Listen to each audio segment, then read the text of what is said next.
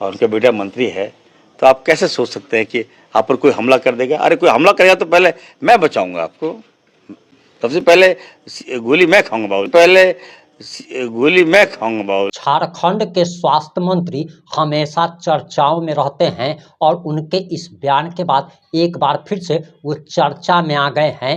झारखंड के स्वास्थ्य मंत्री इरफान अंसारी गोली खाने को तैयार हैं और पत्रकारों के समक्ष उन्होंने सीना चौड़ा कर साफ तौर पर कह दिया कि अगर कोई उन पर गोली चलाएगा तब पहले वह अपना सीना आगे कर देंगे।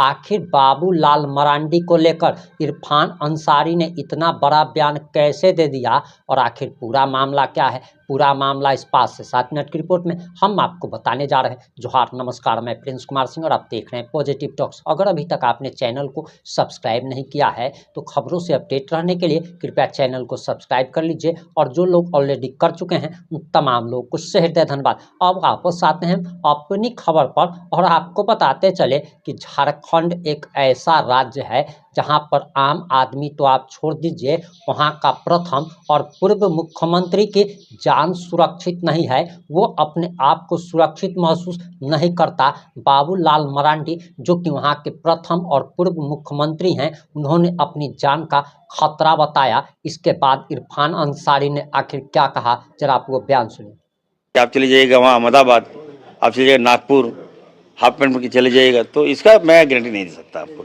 हाँ, झारखंड में आपको गारंटी ले रहे हैं बिल्कुल। बाबूलाल जी को कुछ नहीं होगा। बाबूलाल जी हमारे गार्जियन हैं, मैं उनका बेटा हूँ बाबूलाल जी का, और उनका बेटा मंत्री है, तो आप कैसे सोच सकते हैं कि आप पर कोई हमला कर देगा? अरे कोई हमला करेगा तो पहले मैं बचाऊंगा आपको, सबसे पहले गोली मैं खाऊंगा बाबूलाल जी। लेकिन इस तरह की हल्की बात, देखिए सिग्नेचर और कैरेक्टर वो छुपता नहीं है। और रही बात की जान का खतरा, तो बाबूलाल जी को कोई खतरा नहीं है। वो हमारे अभिभावक हैं, वो हमारे गार्जियन हैं। और कहाँ से ये बातें आई, क्यों आई, दो अलग अलग बातें आ रही है। एक बातें आ रही कि जान का खतरा, एक बातें आ रही कैरेक्टर पर हमला, दोनों बातें। हाँ तो नहीं तो बाबूलाल जी का कैरेक्टर क्या है, तो ये तो पर्सनल मामला है। तो ये बातें हमारी सरकार ऐसी कोई काम नहीं करेगी जिससे व्यक्तिगत हमला हो। बाबूलाल जी का कैरेक्टर क्या है नहीं है, चलिए भाई वो आप खुद जान रहे हैं, हम क्यों बताएंगे, उसके पर्दाफाश हम क्यों करेंगे। और बाबूलाल मरांडी जी को सुरक्षित रखना हमारी सरकार का काम है। हम लोग बाबूलाल जी को सुरक्षित रखेंगे, आप बिल्कुल ना डरें। कहाँ डर रहे हैं आप? लेकिन हाँ, इसकी गारंटी मैं नहीं दूंगा आपको कि आप चले जाइएगा वहाँ अहमदाबाद, आप चले जाइएगा नागपुर, हाफ पैंट में चले जाइएगा, तो इसका मैं गारंटी नहीं दे सकता आपको। हाँ, झारखंड में आपको गारंटी ले रहे हैं बिल्कुल। बाबूलाल जी को कुछ नहीं होगा। बाबूलाल जी हमारे गार्जियन हैं, हमारी संथाल परगना से वो राजनीतिक शुरुआत किए थे, भले ही वो गिरिडीह के रहने वाले हैं, लेकिन लॉट ऑफ रिस्पेक्ट, कमी नहीं है बाबूलाल जी की रिस्पेक्ट में।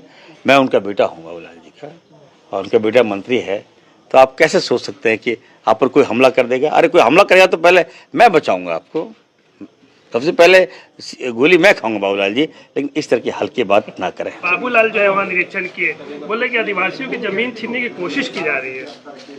नहीं, देखिए सबसे पहली बात तो रिम्स 2 मेरा है, मेरे विभाग का मामला है, और मैं हाथ जोड़कर प्रार्थना करता हूँ, इन लोगों से विनती करता हूँ कि हेल्थ में पॉलिटिक्स मत कीजिए। हमारे भोले भाले आदिवासियों को मत बहकाइए। आप लोग बहकाने में, लड़ाने में, मारपीट में, खून खराबे में आप लोग एक्सपर्ट हैं। बाबूलाल जी आपकी पार्टी एक्सपर्ट है। मैं बना रहा हूँ बहुत सोच समझ कर।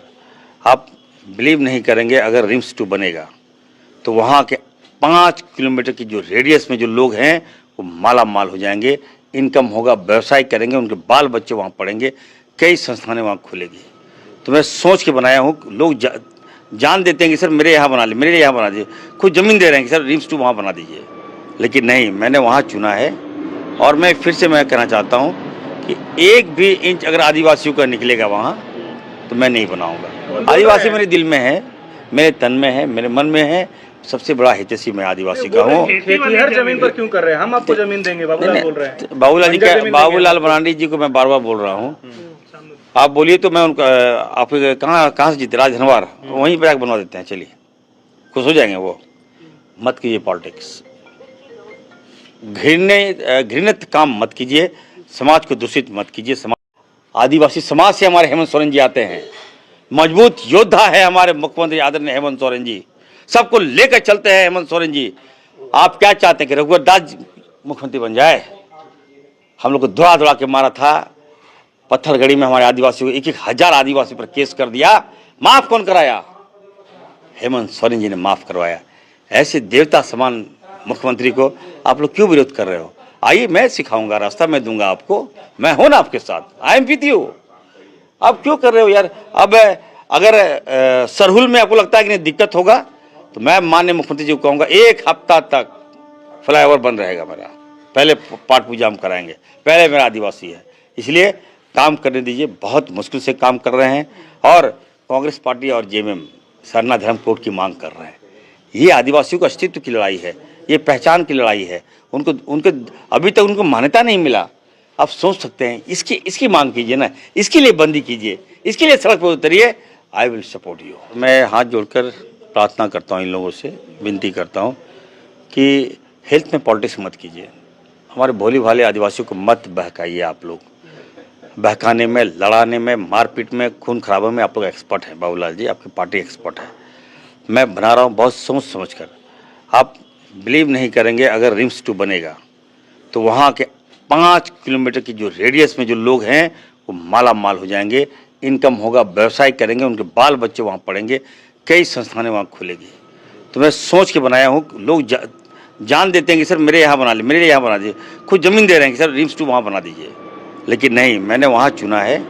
और मैं फिर से मैं कहना चाहता हूँ कि 1 भी इंच अगर आदिवासियों का निकलेगा वहाँ तो मैं नहीं बनाऊँगा। आदिवासी मेरे दिल में है, मेरे तन में है, मेरे मन में है। सबसे बड़ा हितैषी मैं आदिवासी का हूँ। खेती हर जमीन पर क्यों कर रहे हैं? हम आपको जमीन देंगे, बाबूलाल बोल रहे हैं। बाबूलाल मरांडी जी को मैं बार बार बोल रहा हूँ, आप बोलिए तो मैं उनका, आप कहाँ से जीते? राजधनवार, वहीं पर बनवा देते हैं, चलिए, खुश हो जाएंगे वो। मत कीजिए पॉलिटिक्स, घृणित काम मत कीजिए, समाज को दूषित मत कीजिए, समाज को मत लड़ाइए। आज आदिवासी देखिए, आदिवासी समाज को मैं कहना चाहता हूँ, फ्लाईओवर बन गया, बन के तैयार हो गया, अब आप विरोध कर रहे हैं। क्यों? आपको तो सरना धर्म कोड की मांग करनी चाहिए। हम लोग लड़ रहे हैं आपके लिए। फ्लाईओवर तो शहर है, मुख्यमंत्री जी लाए, रघुवर दास जी लाए नहीं, भाजपा लाई नहीं। कई लोगों की जान चले गई, एम्बुलेंस वगैरह में कई प्रेग्नेंट महिलाओं की जान चले गई जाम के कारण। आज अगर हमारे माननीय मुख्यमंत्री जी ने बड़ा दिल दिखाते हुए अगर फ्लाईओवर दिया है राज्य के विकास के लिए, तो सबको मिलकर मुख्यमंत्री जी का शाबाशी देनी चाहिए थी। लेकिन इतनी ऊंची राजनीतिक भाजपा के लोग कर रहे हैं पीठ के पीछे। मैं जो लोग से पूछना, जो लोग विरोध कर रहे हैं, वैसे लोगों को कहना चाहता हूँ, आदिवासी संगठन बनाए लेकिन पीछे बैकअप भाजपा है। और तमाम आदिवासियों को कहना चाहता हूँ, अरे भाई, आदिवासी समाज से हमारे हेमंत सोरेन जी आते हैं, मजबूत योद्धा है हमारे मुख्यमंत्री आदरणीय हेमंत सोरेन जी, सबको लेकर चलते हैं हेमंत सोरेन जी। आप क्या चाहते हैं कि रघुवर दास मुख्यमंत्री बन जाए? हम लोग को दौड़ा दौड़ा के मारा था, पत्थलगड़ी में हमारे आदिवासियों को 1,000 आदिवासी पर केस कर दिया। माफ कौन कराया? हेमंत सोरेन जी ने माफ करवाया। ऐसे देवता समान मुख्यमंत्री को आप लोग क्यों विरोध कर रहे हो? आइए, मैं सिखाऊंगा, रास्ता मैं दूंगा आपको, मैं हूं ना आपके साथ, आई एम विद यू। आप क्यों कर रहे हो यार? अब अगर सरहुल में आपको लगता है कि नहीं दिक्कत होगा, तो मैं माननीय मुख्यमंत्री जी को कहूंगा 1 हफ्ता तक फ्लाईओवर बंद रहेगा मेरा। पहले पाठ पूजा हम कराएंगे, पहले मेरा आदिवासी है, इसलिए काम करने दीजिए। बहुत मुश्किल से काम कर रहे हैं और कांग्रेस पार्टी और जेएमएम सरना धर्म कोड की मांग कर रहे हैं।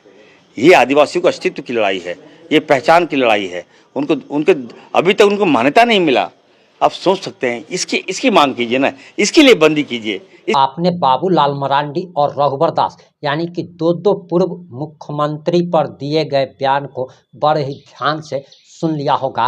और इरफान अंसारी के इस बयान पर आपकी क्या प्रतिक्रिया है? वैसे इरफान अंसारी के इस बयान को लोग नौटंकी बता रहे हैं। आप अपनी प्रतिक्रिया जरूर दीजिएगा। जुड़े रहें हमारे साथ। जय हिंद, जय भारत।